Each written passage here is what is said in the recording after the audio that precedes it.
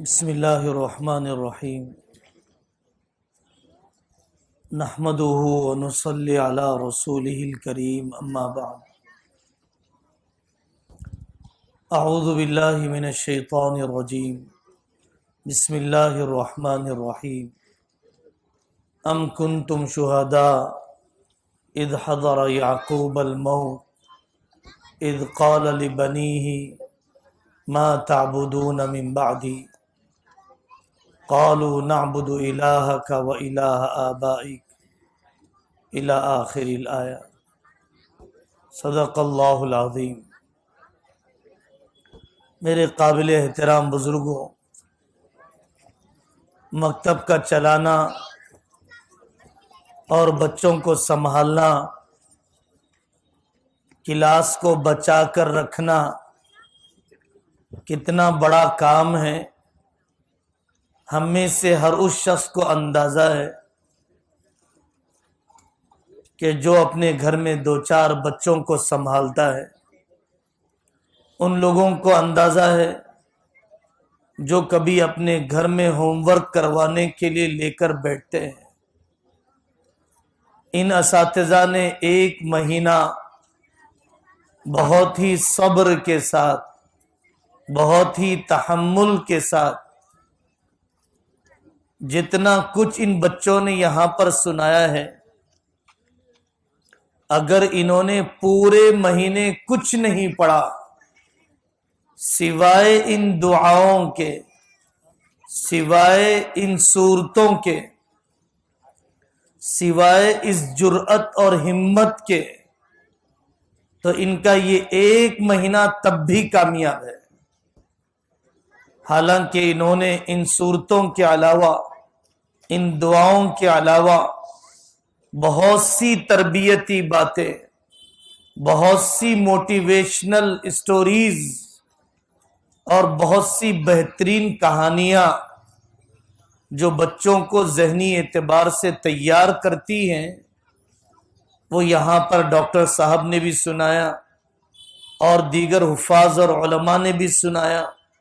وہ ہمارے سے رابطے میں رہے۔ صاف صاف بات یہ ہے، اس زمانے میں ہم بچوں کو بدلنا چاہتے ہیں، خود کو بدلنا نہیں چاہتے ہیں۔ بچوں کو نیک دیکھنا چاہتے ہیں، خود نیک بننا نہیں چاہتے ہیں۔ بچوں کو کسی قدر دین سے جوڑنا چاہتے ہیں، لیکن خود ہم دین سے نہیں جڑنا چاہتے ہیں۔ اس بارے میں یہ بات یاد رہنی چاہیے کہ ٹنکی کی صفائی کے بغیر نلوں میں صاف پانی نہیں آیا کرتا، اور بیج کو بدلے بغیر فصل کو نہیں بدلا جا سکتا، اور ماں باپ اپنے صبح اور شام کو بدلے بغیر اپنی نسل کو بدلنے کا بھی خواب نہیں دیکھ سکتے۔ عام طور پر رکاوٹ ماں باپ کی طرف سے رہتی ہے کہ ہم آئیڈیل پیرنٹس، مثالی قسم کے والدین بن کر تو ہم بتلائیں۔ بیٹی اپنی زندگی میں سب سے پہلا مرد اپنے باپ کو دیکھتی ہے، اور بیٹے سب سے پہلی عورت اپنی زندگی میں اپنی ماں کو دیکھتے ہیں۔ انہوں نے اپنے والد کو تقوی والا دیکھا، تلاوت والا دیکھا، حرام مال سے بچنے والا دیکھا، قدم قدم پر علماء سے پوچھ کر چلنے والا دیکھا۔ اپنی والدہ کو دیکھا، نامحرم سے کیسے پردہ کرتی ہے، مصلی کو کتنا وقت دیتی ہے، دعا میں کیسے جی لگاتی ہے، ساس کی خدمت کیسے کرتی ہے۔ اپنی ماں کو دیکھا تو جب یہی صفات، یہی روایات، یہی مورلز، یہی ویلیوز آئندہ کی نسل میں منتقل ہوتے ہیں، مہمان کے آنے پر خوشی کا اظہار، بیماری کے آنے پر صدقے کا اہتمام، طبیعت خراب ہو گئی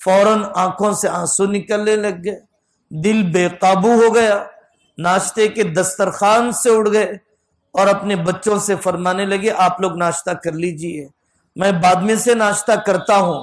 جس بیٹے نے اپنے ایسے باپ کو دیکھا ہو کہ جس کے اندر امت مسلمہ کا درد اور قوم پر آنے والی آفت کا درد ایسا ہو کہ ناشتہ کھانے کی سکت باقی نہ رہے۔ ہماری اولاد نے ہمیں کتنی مرتبہ دیکھا ہے، ہمارے ملک کے بڑے مفکر اور صاحب نظر عالم دین حضرت مولانا خلیل الرحمن سجاد صاحب دامت برکاتہم فرماتے ہیں کہ مجھے اللہ تبارک و تعالی نے توفیق دی ایسے ماں باپ کی گود میں پرورش پانے کی کہ جن کو میں نے رات کے کسی بھی حصے میں جب آنکھ کھلی تو سجدے میں تڑپتا ہوا دیکھا، اور 7-8 سال کی عمر سے خواہی نخواہی تہجد کی عادت ہی پڑ گئی۔ یہاں راتوں کی دعوت چھوڑنے تیار نہیں، یہاں فنکشن ہال کے چند ٹکڑے چھوڑنے تیار نہیں، اور یہاں فیشن پرستی کے مقابلے چھوڑنے کے تیار نہیں، تو ظاہر ہے کہ ایسی نسل کی توقع کیسے کی جا سکتی ہے؟ پہلی بات میں نے آپ سے عرض کیا کہ نسلوں کی تربیت کے لیے اپنی تربیت کی فکر کرنا ضروری ہے۔ اپنی تربیت کی فکر کے بغیر نسل کی تربیت نہیں سوچی جا سکتی ہے۔ آپ اچھے مسلم مینجمنٹ اسکول کے حوالے کر کے اور منظم مکتب کے حوالے کر کے بے فکر مت ہوئیے، وہاں پر بچہ 8 گھنٹے رہتا ہے اور آپ کے پاس 16 گھنٹے رہتا ہے، مکتب میں 1 گھنٹہ رہتا ہے، 29 گھنٹے آپ کے پاس رہتا ہے۔ اس تعلیم کا اثر زیادہ ہوگا، اس تصویر کا اثر زیادہ ہوگا جو اس نے 23 گھنٹے دیکھا ہے، اس تصویر اور تعلیم کا اثر کم ہوگا جو اس نے 1 ہی گھنٹہ دیکھا ہے۔ دوسری بات، اپنی تمناؤں کو بدلو۔ تمنائیں کب بدلیں گی؟ جب آدمی دنیا کی حرص سے نکلے، خواہشات سے نکلے، گناہوں کی گندگی سے نکلے، رواج والی زندگی سے نکلے، اونچی تمنائیں، اونچے حوصلے۔ اگر ہماری تمنا یہ ہے کہ میرا بچہ بھی کینیڈا کا پی آر لے لے، آسٹریلیا کی سٹیزن شپ حاصل کر لے، امریکہ پہنچ جائے، ہمیں بھی کچھ دن وہاں کے شیش محل میں رہنے کا موقع ملے، ہماری معراج یہ ہے کہ ایک بچہ قطر میں رہے اور ایک بچہ دبئی میں رہے اور ایک بچہ لندن میں رہے، اور جنازہ نہلانے والے مسجد کے مصلی اور دفنانے والے مسجد کے مصلی، اور ہماری آئندہ کی نسل یقیناً عیسائی بن جائے، ایتھیسٹ بن جائے، اسلام کے بارے میں معذرت خواہانہ انداز اپنانے والے بن جائے، ماڈرن قسم کا اسلام اپنانے والے بن جائے۔ اگر ہماری معراج یہی ہے تو ہم بہت چھوٹی سوچ کے ساتھ جی رہے ہیں، اور ہم اپنی دنیا بھی مقدر سے زیادہ تو ملے گی نہیں، آخرت تو ضرور گنوا رہے ہیں۔ اونچی تمنائیں لاؤ۔ کتابیں لکھی ہے علماء نے، امہات ربینا عظماء، وہ مائیں جنہوں نے بڑے بڑے لوگوں کی پرورش کی۔ کتابیں لکھی ہے علماء نے، ایتام غیروا مجرى التاریخ، وہ یتیم جنہوں نے تاریخ کے دھارے کو بدلا۔ باپ نہیں تھا، بیوہ ماں نے اپنے بچے کو نظام الدین اولیاء بنایا۔ باپ نہیں تھا لیکن ماں نے اپنے بچے کو ابو حنیفہ بنایا، امام بخاری بنایا، امام شافعی بنایا۔ میں یوں ہی الفاظ اور نام نہیں گنوا رہا ہوں، ان کی بیوہ ماؤں کی عجیب عجیب قربانیاں ہیں۔ حضرت امام احمد بن حنبل کی بیوہ ماں سویرے اڑ جاتی، بغداد کی سردی میں پانی گرم کرتی، تہجد سے فارغ ہوتی، چھوٹے بچے کو وضو کرواتی اور با جماعت نماز کے لیے بچہ رات کے اندھیرے میں ڈر جائے گا اس لیے اندھیرے میں مسجد لے جاتی اور بچہ وہاں پر با جماعت نماز پڑھ کر آتا۔ امام شافعی رحمت اللہ علیہ کے گھر میں اتنے فاقے ہوتے کہ لوگوں کو ترس آ جاتا۔ امام شافعی کی والدہ کو لوگ لا کر راشن دیتے۔ امام شافعی کی والدہ نے کہا مجھے راشن مت دو، مجھے کاپی قلم دو، میں اپنے بچے کو علم سکھانا چاہتی ہوں۔ یہ بھی تو ماں ہیں، یہ امام مالک رحمت اللہ علیہ کی ماں ہے۔ ان کی والدہ ان سے کہتی ہیں بیٹا اگر تو نے علم کے 2 حرف پڑھے اور تیرے اخلاق میں ترقی نہ ہوئی تو تیرے علم نے تجھے کوئی نفع نہیں دیا، تیرے علم نے تجھے کوئی نفع نہیں دیا۔ سفیان ثوری رحمت اللہ علیہ کی والدہ، کتابیں ہیں پوری ان بچوں کے بارے میں جو معذور پیدا ہوئے، جو کان کے معذور پیدا ہوئے، جو آنکھ کے معذور پیدا ہوئے، جو پیر کے معذور پیدا ہوئے، لیکن ماں باپ کی قربانیوں نے، ماں باپ کی منصوبہ بند محنتوں نے، ماں باپ کی دعاؤں نے ان کو اتنی بلندیوں تک پہنچایا کہ صحت مند بچے وہ کارنامہ انجام نہیں دے سکے جو ان معذور بچوں نے انجام دیا ہے۔ یہ بریل لینگویج بنانے والا بریل لوئس نامی آدمی اندھا تھا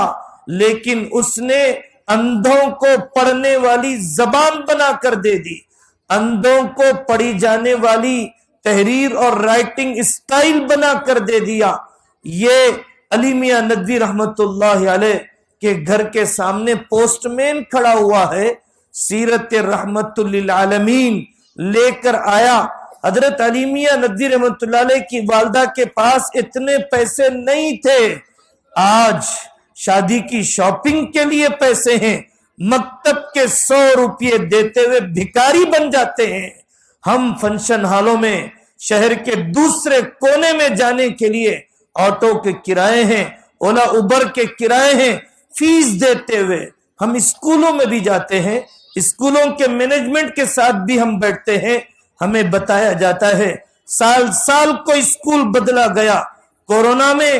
کھانے میں گوشت کی مقدار کم نہیں ہوئی، دعوتوں کی مقدار کم نہیں ہوئی، لیکن نسلوں کی پرورش کرنے والے ٹیچروں کی تنخواہوں کو روکا گیا۔ یہ کیسی بے مروت قوم ہے، یہ کیسی بے شرم قوم ہے کہ جو اپنی نسلوں کی تعلیم پر خرچ کرنا نہیں چاہتی۔ سنو سنو، حضرت علی میاں کی والدہ ایک ایک گھر پریشان بے قرار جاتی ہے اور جا کر پیسے ادھار لاتی ہے۔ میرے بچے کو سیرت کی ایک کتاب، آقا صلی اللہ علیہ وسلم کی بایوگرافی کی یہ کتاب مجھے پڑھنے دینا ہے۔ حضرت علی میاں فرماتے ہیں قاضی سلمان سلیمان منصور پوری رحمت اللہ علیہ کی اس کتاب نے میرے دل میں آقا صلی اللہ علیہ وسلم کے عشق کی آگ لگا دی ہے۔ آقا صلی اللہ علیہ وسلم سے محبت میں اضافہ ہو گیا اس کتاب کے پڑھنے کے ذریعے سے۔ ہم تو فون چھوڑنا نہ چاہیں اور اپنی نسلوں پر دباؤ ڈالیں۔ حضرت مولانا الیاس صاحب رحمت اللہ علیہ کو حضرت علی میاں نے سیرت سید احمد شہید نامی کتاب دی اور جب پیش کیا ماں الیاس صاحب رحمت اللہ علیہ نے سیرت سید احمد شہید نامی پوری کتاب کو پڑھا اور پڑھنے کے بعد حضرت علی میاں سے اپنا فیڈ بیک، اپنا تاثر سناتے ہوئے فرمایا علی میاں جتنا ہم نے اپنے گھر کی عورتوں سے سید احمد شہید رحمت اللہ علیہ کے بارے میں اور ان کی تحریک کے بارے میں، ان کے ریولیشن اور انقلابی کارنامے کے بارے میں اور ان کے سفر حج کے بارے میں، ان کے ذریعے سے علاقوں کے بدلنے کے بارے میں جتنا ہم نے اپنے گھر کی عورتوں سے سنا، آپ کی کتاب نے میرے علم میں اضافہ نہیں کیا، آپ کی کتاب نے میرے علم میں اضافہ نہیں کیا۔ اتنا علم تو مجھے اپنے گھر کی عورتوں سے مل گیا تھا۔ یہ ہے اونچی تمنائیں محمد فاتح رحمت اللہ علیہ کی والدہ بچپن میں استنبول کی دیوار کے پاس لے جاتی اور اپنے بیٹے محمد فاتح سے کہتی، محمد تم ہی ہو جن کے بارے میں آقا صلی اللہ علیہ وسلم نے فرمایا قسطنطنیہ کو فتح کرنے والا، استنبول کو فتح کرنے والا، عیسائیت کے بڑے مرکز کو فتح کرنے والا سب سے مبارک لشکر ہوگا اور اس کا امیر مبارک امیر ہوگا۔ محمد فاتح کی ماں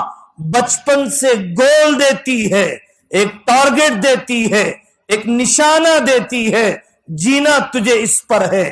مرنا تجھے اس پر ہے۔ صلاح الدین ایوبی رحمت اللہ علیہ کی والدہ دور سے بتلاتی ہے بیت المقدس اور یہ کہتی ہے بیٹا تجھے یہ قبلہ اول واپس لانا ہے۔ حضرت امام بخاری رحمت اللہ علیہ کے والد حضرت امام بخاری سے فرماتے ہیں کہ تمہیں حدیث رسول صلی اللہ علیہ وسلم کی حفاظت کا کام کرنا ہے، اپنے چونچلوں کو قربان کرنا پڑتا ہے ان تمناؤں کے پورا کرنے کے لیے۔ حضرت مولانا عبد الماجد دریا بادی رحمت اللہ علیہ کتنا بڑا آدمی ہے جس نے چند راتوں میں انسائکلوپیڈیا آف برٹانیکا کی 45 والیومز 45 جلدیں ایک لکھنؤ کے بنیے سے مانگ کر پڑھ لیتا ہے۔ عبد الماجد دریا بادی رحمت اللہ علیہ فرماتے ہیں یو پی کی سردی میں اور مشرقی یو پی کی سردی میں میری والدہ سب سے اخیر میں سوتی تھی اور سب سے پہلے اٹھتی تھی اور وہاں کے ٹھنڈے پانی سے تہجد پڑھتی تھی۔ اللہ تبارک و تعالیٰ نے وہ بیٹا انہیں عطا فرمایا کہ جس نے قرآن کی تفسیر کی خدمت کی، جس نے جدید فلسفے کا رد کیا اور جس نے اردو زبان کی زبردست قسم کی تحریروں کے ذریعے سے کتب خانوں کو آباد کیا۔ تو میرے عزیزوں دوسری بات میں آپ سے یہ عرض کر رہا ہوں کہ اپنی تمناؤں اور اپنے حوصلوں کو بڑھاؤ اور اپنی نسلوں کے ذہن و دماغ میں ایک اونچا ٹارگٹ، ایک اعلیٰ ہدف اپنی زندگیوں کا طے کرو۔ بیٹے تجھے سپریم کورٹ کا جج بننا ہے، تجھے ایسا کلیکٹر بننا ہے کہ جس کے ذریعے سے اسلام کی ترجمانی ہو سکے، ایسا ڈاکٹر جو صرف اپنے پریکٹس کا کیریئر نہیں بلکہ ڈالر اور ریال سے زیادہ دعا کی پونجی کا سمیٹنے والا، ایسا وکیل نہیں جو گھروں کو جلا کر اپنی روٹیاں سیکنے والا، نہیں، قوم کا درد رکھنے والا، پرسنل لا کی حفاظت کرنے والا۔ بیٹا تجھے ایسا سی اے بننا ہے کہ جس کے ذریعے سے قوم کے مال کی حفاظت ہو جائے اور قانون کے شکنجے زیادہ کسے نہ جائے، قومی زندگی، ملکی مفادات کے لیے زندگی، تعلیم کے اونچے منصوبے، یہ تھکے تھکے قدم، یہ مردہ ارادے، یہ بیکلاگز کی انجینئرنگ اور یہ رشوت کے اٹینڈنس، اس کے ذریعے سے میری آپ کی نسل کا کوئی بھلا ہونے والا نہیں ہے۔ سرٹیفکیٹ کے کاغذ تو مل جائیں گے لیکن اسکلز اور صلاحیت اور ان کو اونچے کام کرنے کے کوئی عزائم نہیں ملیں گے۔ اور تیسری بات، یہ زمانہ عام زمانہ نہیں ہے، اپنی عقیدوں کی حفاظت کا زمانہ، اپنے اسلام کی حفاظت کا زمانہ۔ آپ کے اس علاقے میں شکیلیت کیسے پھیل رہی ہے، فیاضیت کیسے پھیل رہی ہے۔ علاج کرانا سنت ہے، دوائی کھانا توکل کے خلاف نہیں ہے، لیکن ایک آدمی جس کی آواز میں اللہ تعالیٰ نے بطور مہلت کے جادو دے دیا اور وہ کہتا ہے کہ تم میرے چند کلپ سن لو، آئی سی یو سے پیشنٹ نکال لو، شوگر بی پی کی دوا چھوڑ دو، وقتی طور پر نفع کے لیے، وقتی طور پر صحت کے لیے لوگ ایسے آدمی کے نبی ہونے کو مان لیتے ہیں، ایسے آدمی کے کلپ کے سننے کی طرف آ جاتے ہیں۔ عورتوں کے گروپ ہیں، خاندانوں کے خاندان ہیں آپ کے اس علاقے کے اندر جو مرتد ہوتے جا رہے ہیں۔ قیامت کے قریب اللہ جل جلالہ وعم نوالہ امت میں شیعہ سنی کا اتحاد پیدا کرنے کے لیے حضرت خلیفہ مہدی کو مدینہ پاک میں پیدا فرمائیں گے، مکہ مکرمہ میں ظاہر ہوں گے، راتوں رات علم لدنی اور پورے عالم کی قیادت اور لیڈنگ اسکلز اللہ تعالیٰ انہیں الہام فرمائیں گے۔ الحضرت خلیفہ مہدی کی والدہ کا نام آمنہ، والد کا نام عبداللہ، ان کا ذاتی نام محمد اور لقب مہدی، اور 7 سال 8 سال 9 سال پوری دنیا میں اللہ تعالی حکومت کو برکتوں کو نازل فرما دیں گے۔ حضرت عیسیٰ علیہ السلام کی امامت کریں گے، قیادت ان کے پاس چل کر آئے گی، وہ دعوے نہیں کریں گے، وہ دعوت نہیں دیں گے مجھے مہدی مان لو، بلکہ امت غیر اختیاری طور پر حضرت خلیفہ مہدی کے امیر ہونے پر متفق ہو جائے گی۔ کیف تہلک امت انا فی اولہا والمہدی فی اوسطہا وعیسی ابن مریم فی آخرہا۔ قیامت کے قریب کا زمانہ، چھنائی کا زمانہ، دجال کے ذریعے سے چیزوں کا ابلنا، زمین سے آسمان کا برسنا، آسمان کا پانی کا برسانا،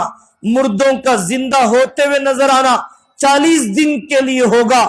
لیکن سورج کی پوجا کرنے والے، بینکوں کے لون میں بہنے والے، یورپ کی سٹیزن شپ پر اپنے بچوں کے ایمان کا بھیٹ چڑھانے والے، گوری چمڑیوں کے لیے مرتد ہونے والے دجال کو دیکھ کر اپنے ایمان کو کیا بچا پائیں گے؟ جو معمولی فون کی ٹیکنالوجی اور اس کی تصویروں پر اپنے بڑھاپے کی تنہائی کو بھی ناپاک کر دیتا ہو، اور ان فون کی تصویروں اور اسکرینوں کے پیچھے نوجوان اپنی جوانی کو لٹا دیتا ہو، وہ دجال کے مقابلے میں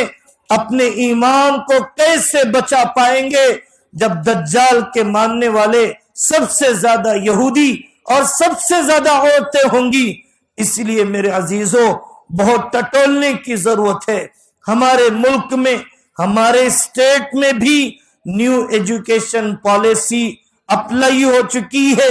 پہلے کا سسٹم سیکولر تھا، اب موجودہ ایجوکیشن سسٹم صرف ہسٹری کو نہیں بدلا گیا، صرف جغرافیے کو نہیں بدلا گیا، صرف ٹیپو سلطان کو خونخوار بنا کر، اورنگزیب کو جلاد بنا کر، سالار مسعود کو گالیاں دے کر، محمود غزنوی کو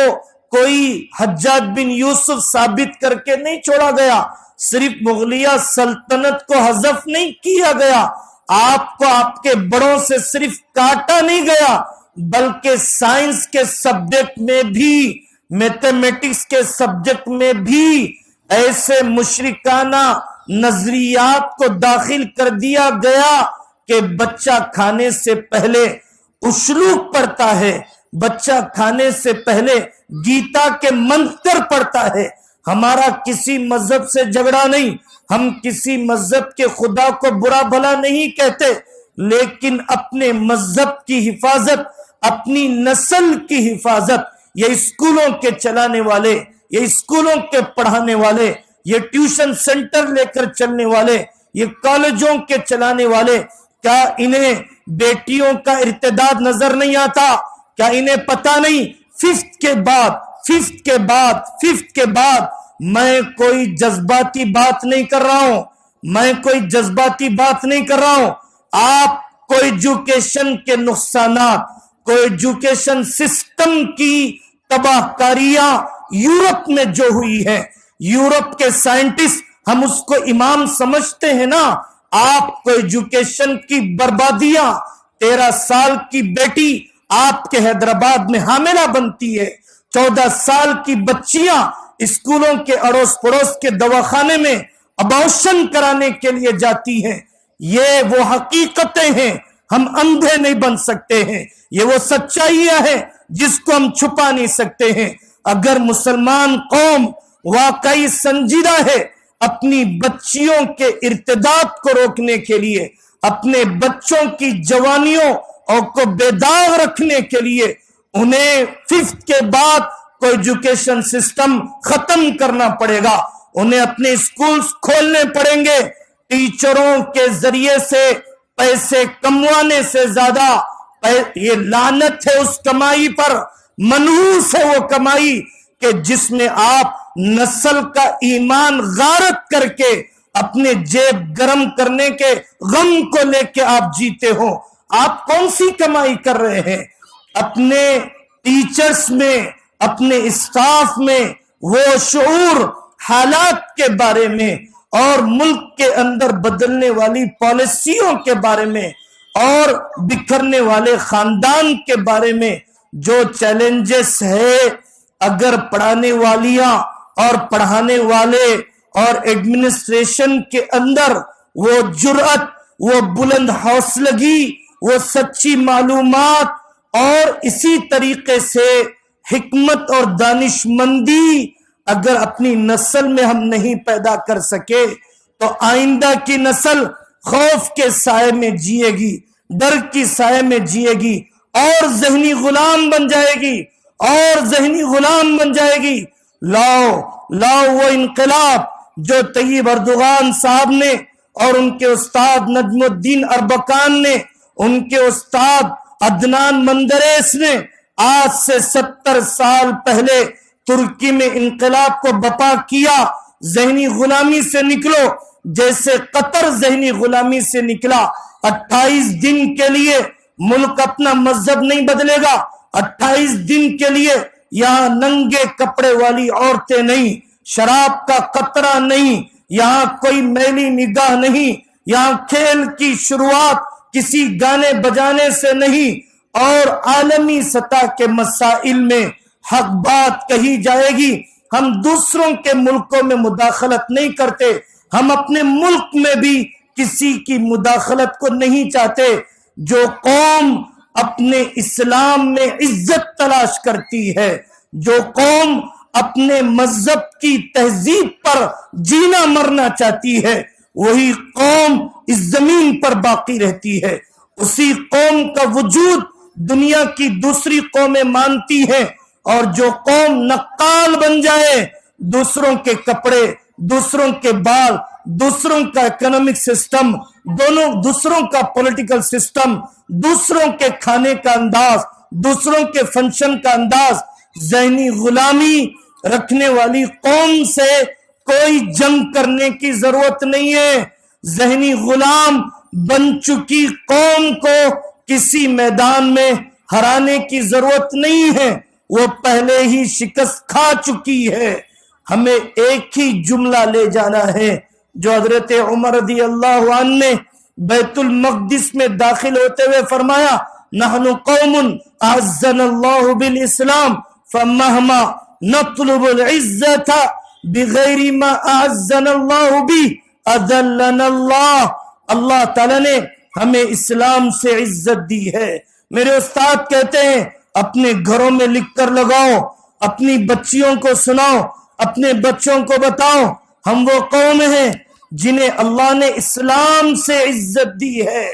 ہم اسلام کو چھوڑ کر کسی اور ذریعے میں عزت تلاش نہیں کریں گے۔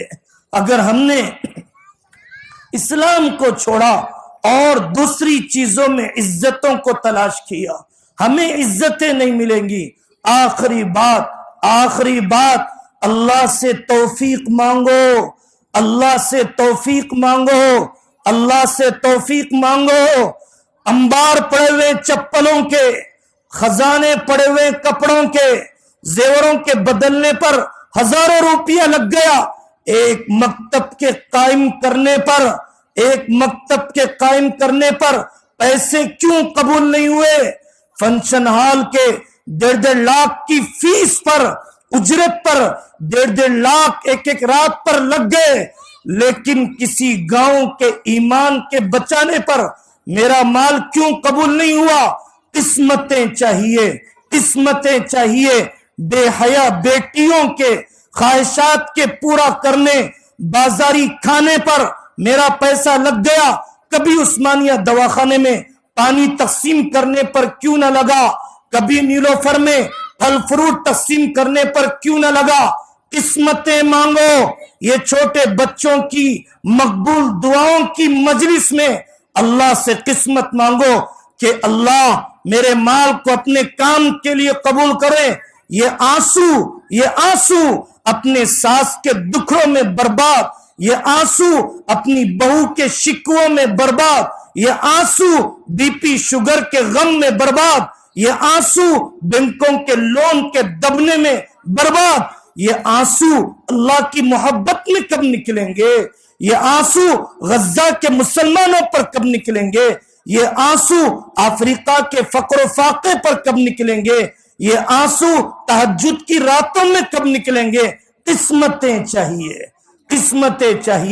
عز بن عبدالسلام رحمت اللہ علیہ بادشاہ سے انبن ہو گئی، جلاد نکلا تلوار لے کر عز بن عبدالسلام کی گردن لینے کے لیے۔ بیٹا دوڑے ہوئے آیا، عز بن عبدالسلام سے کہنے لگا، ابا جی پتہ ہے آپ کو قتل کیا جائے گا، آپ کی گردن لے جائی جائے گی۔ عز بن عبدالسلام نے بڑے اطمینان سے کہا، ان اباک احقر من ان یقتل فی سبیل اللہ، بیٹا تیرا باپ اتنا اچھا نہیں ہے کہ اس کی گردن اللہ کے کام کے لیے قبول ہو جائے۔ اتنا بڑا عالم دین، واقف اسرار شریعت، اتنا بڑا فقیہ، اتنا بڑا تجدیدی کام کرنے والا کہتا ہے کہ ٹھیک ہے میری گردن، میرا خون ان کے کام کے لیے قبول ہو جائے، اتنی بڑی قسمت تیرے باپ کی نہیں ہے بیٹا۔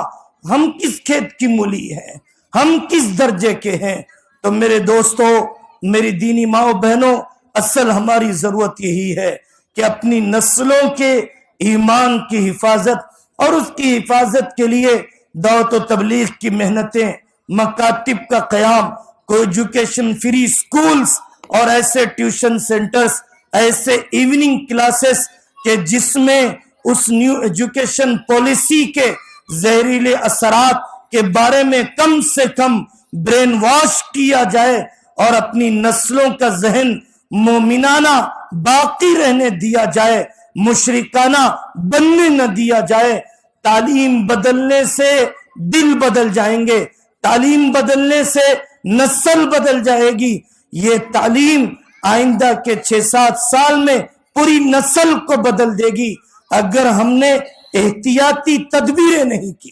اللہ اس مجلس کو قبول فرمائے۔ ہمارے اساتذہ نے اور ہمارے عزیز دوست ڈاکٹر صاحب نے اور مختلف آپ میں سے چاہنے والوں نے جس انداز میں ساتھ دیا اور بچوں نے جس انداز میں پریزنٹیشن پیش کیا، دل و روح میں بڑی انبساط کی کیفیت پیدا ہوئی، بے انتہا خوشی ہوئی۔ اللہ آپ سب کو بہترین بدلہ عطا فرمائے، ہماری آپ کی پوری امت کی نسلوں کے ایمان اور جان اور مال اور آبرو کی اللہ حفاظت فرمائے، اور ہماری صلاحیتوں کو دین کے لیے، دعوت کے لیے، خدمت کے لیے، مکاتب کے لیے، مدارس کے لیے، قومی ملی تقاضوں کے لیے اللہ تعالی ہمارے جان و مال کی صلاحیتوں کو قبول فرمائے۔ وآخر دعوانا ان الحمد للہ رب العالمین۔